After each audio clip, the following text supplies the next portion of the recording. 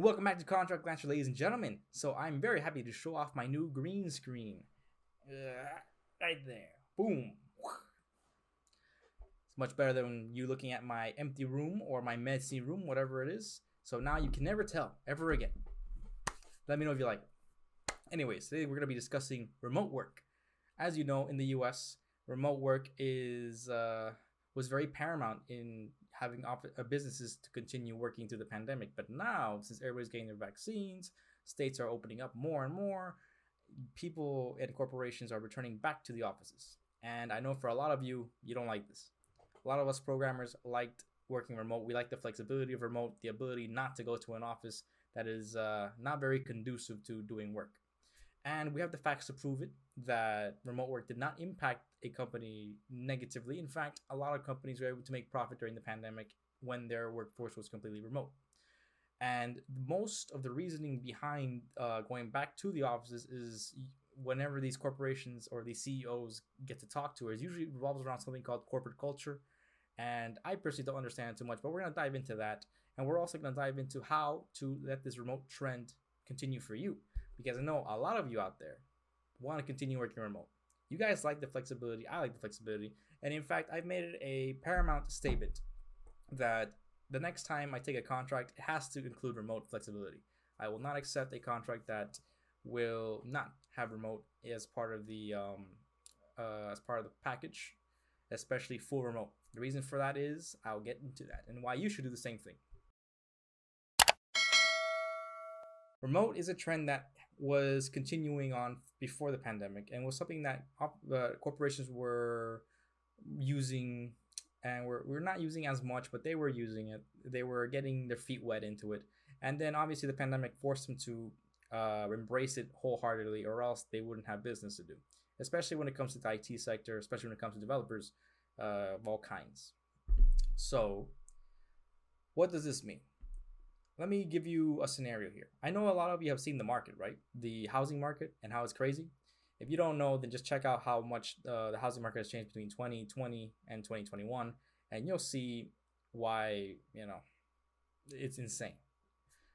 And this is causing a lot of people to either sell their homes to make a big profit out of it and move to a state that has, properties that are cheaper, while also retaining their high-paying jobs. Specifically when it comes to programmers and IT workers, you guys are pretty high paid. On average, you make more on average, even on the low end, than most other professions do on the high end. So that's pretty good. I know a lot of you out there aren't really making that six-figure salary just yet, but if you stick with my channel, I will help you increase your programming game, your programming gains, and you will make that six-figure salary if you just stick with it. I promise you that. Fingers crossed. I'm kidding. Anyways, what I was saying, the remote stuff. Yeah, so the best thing that people have been doing, not just programmers, just people with high-paying jobs that can work remotely, they've been moving to these lower cost of living states, or they're moving to states that they just want to move into. Like, if you live in California, you probably want to move into Florida, or you want to move into Texas, some place that, is kind of, has a good climate, but the property values aren't as insane as they are in California, which is what's kind of influencing the market. New York is the same way. A lot of New Yorkers are heading down to Florida, and they're bumping up the property price. They're buying up about a bunch of properties. And you know what? These people probably still have their high-paying jobs. So you should be one of these people. That's what I'm saying. You should have the flexibility of moving wherever you want to move to also. There's no reason you shouldn't. And you know what? You have the skills needed in order to negotiate that with another company. Now, a lot of CEOs have a little bit of friction against this remote work. I believe JP Morgan has some problems with it. The CEO of Microsoft has some problem with it. Even though, oddly enough, Microsoft uses Teams, and Teams is a really, really big software. Was a really big popular software to use for remote work. Kind of weird, but a lot of these monoliths are against remote work for only one reason, really. They keep up bringing the corporate culture, something about, people interacting in person being better than in the virtual, in the virtual space of remote. That is true and untrue in the sense that maybe if you do enjoy that social company, that's something that you might miss. Personally, I rather you know, find my own social group outside of the workplace. In either case, you're not really making. Hopefully, you're not too attached to the company as a contractor or a freelancer. You are continuously moving between companies every X number of years in order for you to increase your salary, your pay rate, and your flexibility, and leverage that money as much as you can. That is the goal of contractors and freelancers, anyways. We leverage our work for the most amount of money possible. So getting attached to people or corporations is not really the best strategy to use. In this case, the remote trend is actually very, very beneficial to you. At the same time, there is some cons. So it's beneficial in the sense that now it's something that is being more and more embraced by companies, even though some of the bigger companies um, are not fully embracing it, or are very, against it, like the ones I've mentioned before. But it doesn't mean that you won't be making a very good salary. It does mean, however, that there will be more competition, which can impact your salary, because now you're competing not only against the local developers in your area, you're competing against the developers in the US and developers all across the world. I don't think this is the biggest issue ever. The reason why is because you've been always competing against the global market. So outsourcing is a real thing. A lot of corporations outsource their IT departments, outsource their development to other countries anyway. So you were always competing against them, and that's not going to change. What you're now competing against is other pools of developers in other states. And I say to you that this isn't a big issue either, because a lot of states have the biggest, I think there are only 10 states have the majority of all the developers that there is, usually the bigger cities, like, California, New York. These aren't cities, but cities in California, cities in New York, cities in Texas and Florida. Those are the ones that really have the giant tech hubs. I'm sure they're missing a few, but there's only very few states that have the majority of software developers, and all that's happening is that the net has been increased. So I think it's a bit of a balance that now you're not just competing against local people. That is true. So there is more competition, but there's also more opportunities as well, because you've opened up the whole state, or the whole US country. Excuse me. So I think it's a bit of a balance. I will say that if you apply for a job in California and you're working remotely from, Virginia or something, then you probably won't get paid as much as someone who's local to California because of the living costs. They're going to use that as a negotiating tactic against you. However, you still should get paid a very decent amount of money for living in Virginia. So, yeah, or just for that example. So that's what you should do. If your company that you're working for now, it does not offer you this remote work and you really want remote work, it probably is the best time for you to start looking for other opportunities out there, because remote is still used more or less in most corporations in some way, shape, or form. So if you want to continue doing that, avoid the corporations that are very hostile to it right now, and start looking for the corporations who are more embracing it. I believe IBM is embracing it. I don't know about Facebook. I don't think they're embracing it really, but they're like 50-50. There are other corporations out there that are not the most famous corporations that also offer the flexibility of remote work, especially startups. Startups now have a better way of dealing with, they don't need an office anymore. They have more use for their money. They could probably even offer you more pay, simply because they don't have the office overhead, unlike these other companies that are stuck with an office because they've leased it for years past or whatever. And that's what I think is also fueling the pushback to working back in the office.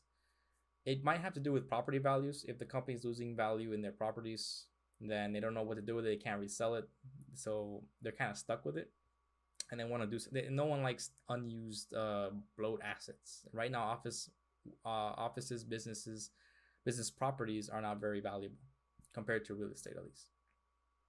Apart from that, the corporate culture argument is also the biggest argument that I've seen these other corporations use.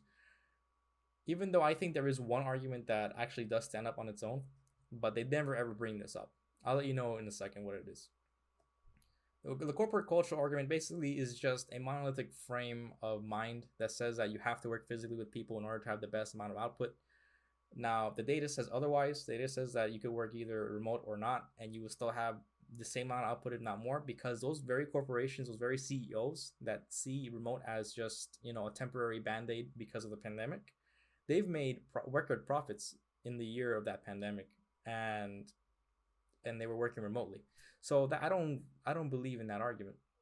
I think this has more to do with just the older mindset that you have to be in a centralized location, either because it's easier to manage you, or it seems easier to manage you, or that you have to be managed. You can't be trusted on working on your own, even though the data proves otherwise. That people have been working for record profits, even and they were given, I assume that working remotely gives you more flexibility in your work life balance. At least I have a better work life balance when I work remotely than I do going to the office. And you should too. So if you're having issues with that, then you have to learn how to set boundaries between your work life and your personal life, especially when you're working at home. That's just my thing. Apart from this, I also believe that that the remote trend is something that will be used by corporations that have embraced it and have the infrastructure for it to start taking developers who want to continue working remote.